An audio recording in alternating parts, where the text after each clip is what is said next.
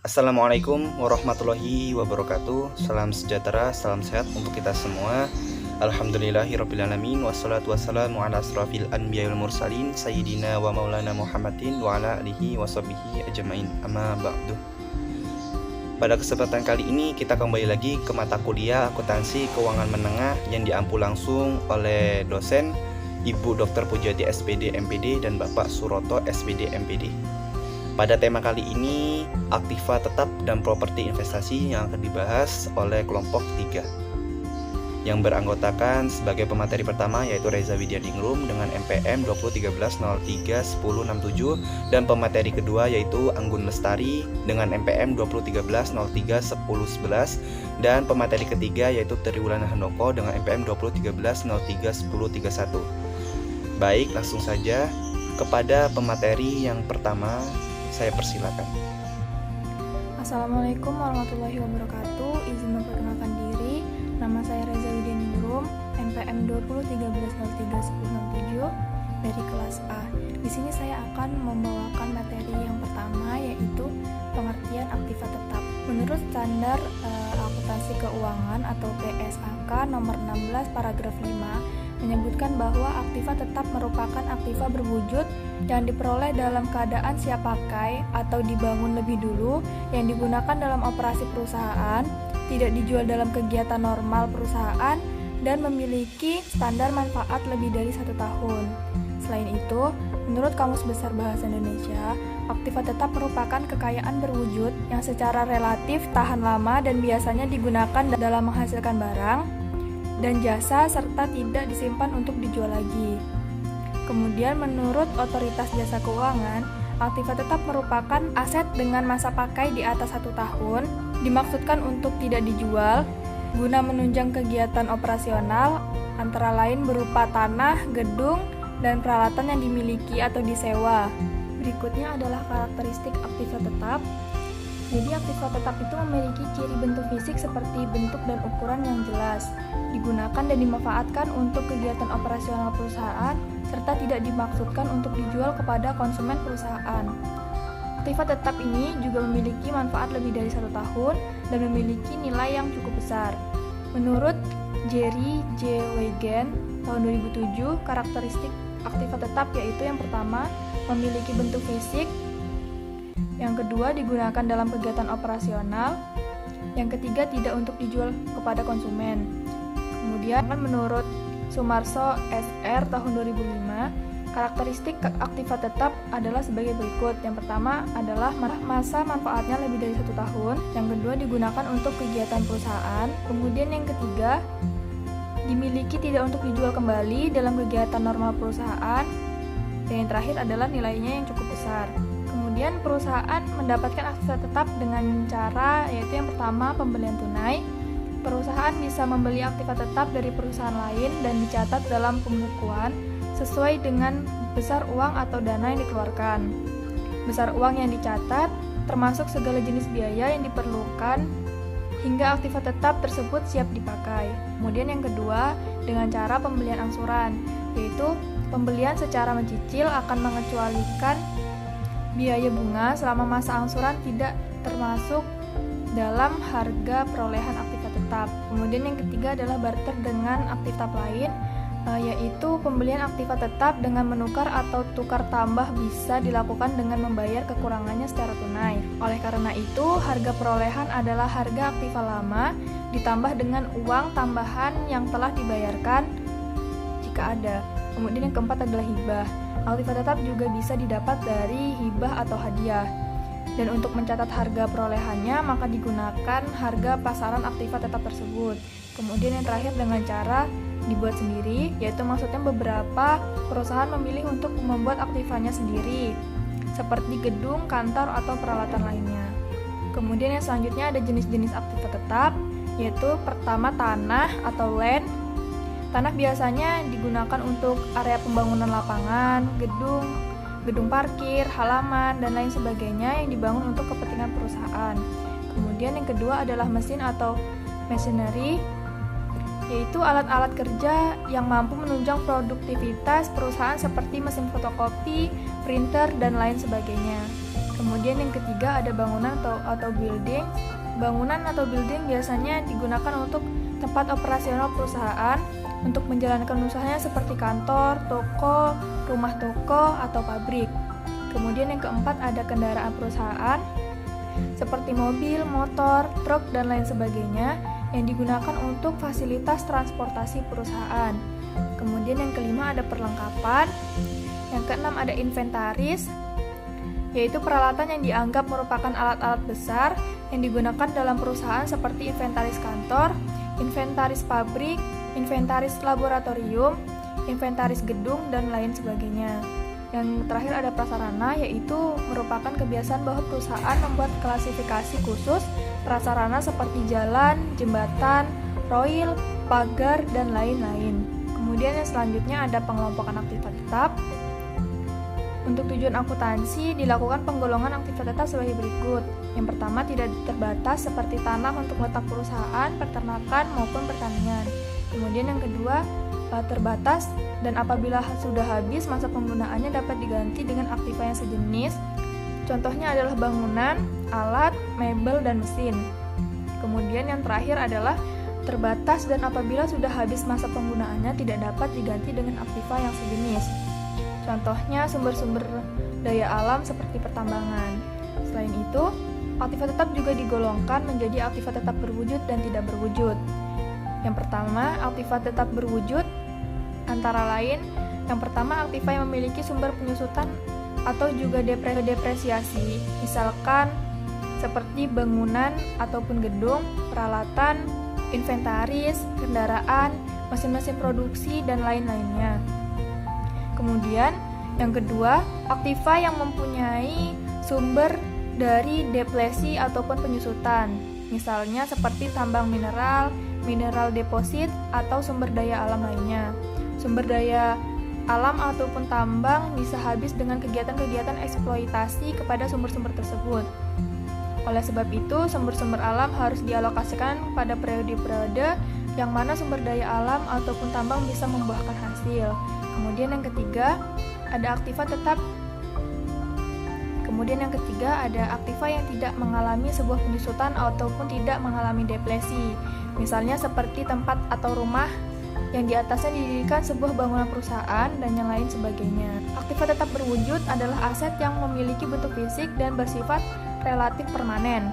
Kemudian yang kedua ada aktiva atau aset tetap berwujud juga dapat mengalami penyusutan nilai.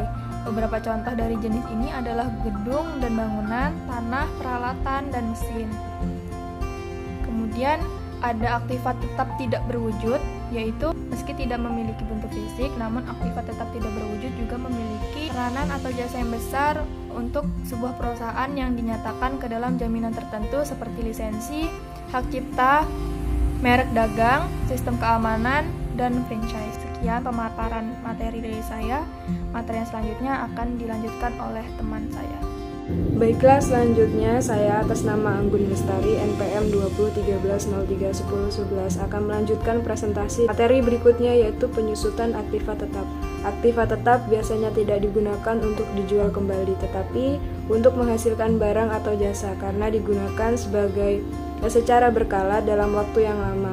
Nilai aktiva tetap biasanya akan mengalami penyusutan atau depresiasi. Beberapa contoh dari aset aktiva tetap yang nilainya menyusut adalah gedung, mesin, dan peralatan kantor. Namun ada juga aset tetap yang nilainya tidak menyusut dan justru meningkat. Misalnya seperti tanah. Penyusutan atau depresiasi adalah alokasi harga perolehan dari suatu aset tetap yang diakibatkan oleh penurunan dari aset tersebut. Biaya penyusutan aset dibebankan di setiap periode akuntansi. Biaya ini merupakan taksiran yang keakrutannya sangat tergantung pada ketelitian dalam perhitungannya. Setidaknya ada 3 faktor yang mempengaruhi biaya penyusutan aset, yaitu yang pertama ada harga perolehan, kedua nilai residu, dan yang ketiga umur ekonomi. Oke, materi selanjutnya yaitu ada metode perhitungan penyusutan aktiva tetap. Di sini metode perhitungan penyusutan aktiva tetap itu dibagi menjadi 5 metode. Yang pertama yaitu ada metode penurunan ganda atau double declining balance. adalah bentuk penyusutan yang dipercepat di mana sebagian besar penyusutan yang terkait dengan aset tetap itu diakui beberapa tahun pertama umur ekonominya. Untuk menghitung depresiasi dengan metode penurunan ganda, gandakanlah buku aset pada awal tahun fiskal dengan kelipatan dari tingkat penyusutan garis lurus. Rumusnya yaitu 2 kali nilai penyusutan garis lurus dikali dengan nilai buku pada awal tahun, atau 2 kali 100% umur ekonomi dikali nilai buku aktiva tetap. Yang kedua yaitu ada metode penyusutan garis lurus. Nilai penyusutan dari suatu aset tetap akan selalu sama hingga akhir umur ekonominya. Rumusnya yaitu penyusutan sama dengan biaya perolehan dikurang nilai residu dibagi dengan umur ekonomi. Kemudian metode ketiga yaitu penjumlahan angka tahun. Metode penjumlahan angka tahun adalah bentuk penyusutan yang dipercepat yang didasarkan pada asumsi bahwa produktivitas aset menurun seiring dengan berjalannya waktu. Metode ini berupaya untuk membebankan biaya penyusutan yang lebih tinggi pada tahun-tahun awal dari umur ekonomi aset, karena aset tersebut paling produktif di tahun-tahun awal dari penggunaannya. Rumusnya yaitu sisa umur penggunaan dibagi dengan jumlah angka tahun dikali dengan harga perolehan dikurang nilai residu. Metode keempat yaitu ada metode penyusutan satuan jam kerja. Metode ini biasanya berguna untuk mendepresiasi kendaraan atau transportasi perusahaan. Metode ini memperhitungkan masa hidup aset untuk menghitung dari depresiasi. Dengan metode ini, penyusutan dihitung dengan membagi total biaya bersih aset dengan perkiraan masa jam kerja. Misalnya dalam kasus mobil, masa pakainya adalah jarak tempuh yang efektif. Metode yang kelima yaitu ada metode satuan hasil produksi. Metode ini menghitung biaya penyusutan berdasarkan penggunaan aktual aset.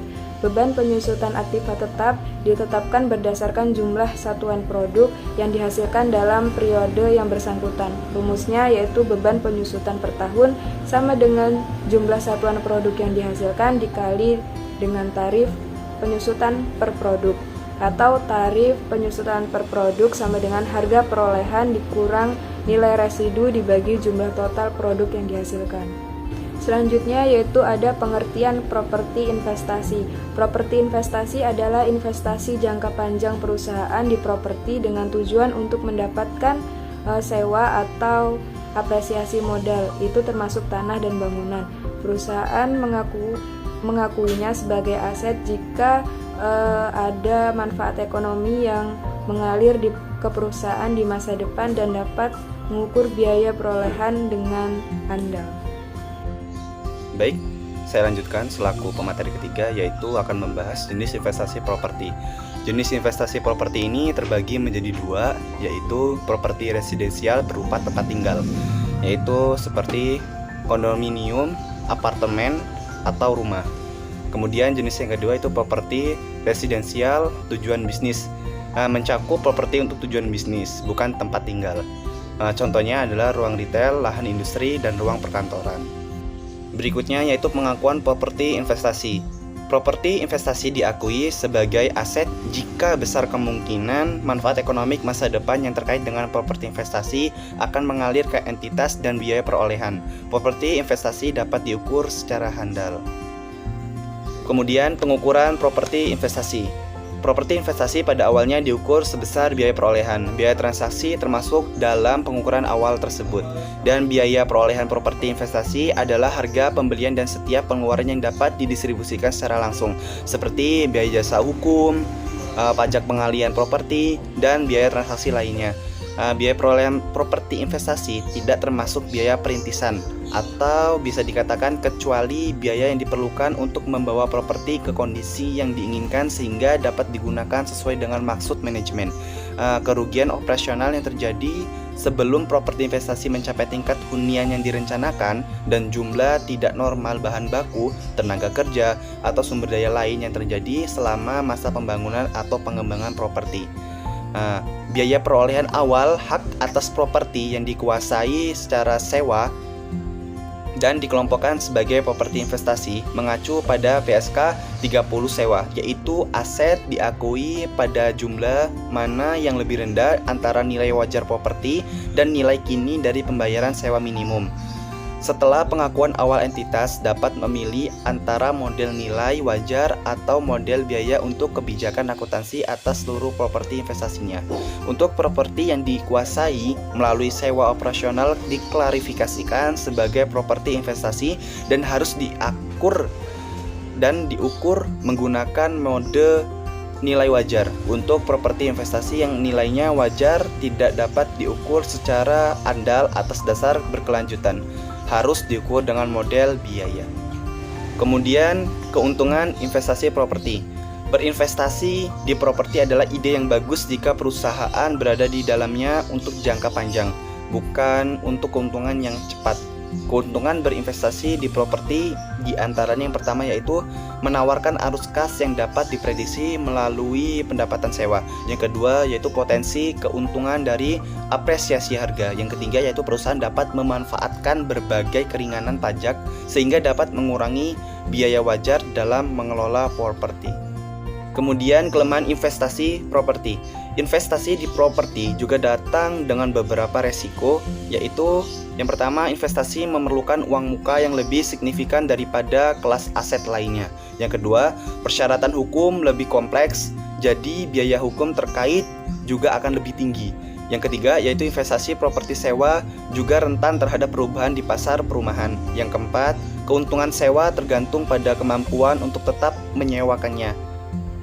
Yang kelima yaitu biaya transaksinya jauh lebih tinggi, sehingga dapat secara signifikan mempengaruhi nilai investasi dan membuatnya lebih sulit untuk menghasilkan keuntungan. Kemudian jadi laba investasi tidak akan langsung terjadi. Yang keenam yaitu pasar kurang liquid dibandingkan dengan pasar saham atau pasar obligasi. Itulah penjelasan dari kelompok 3 terkait aktiva tetap dan properti investasi.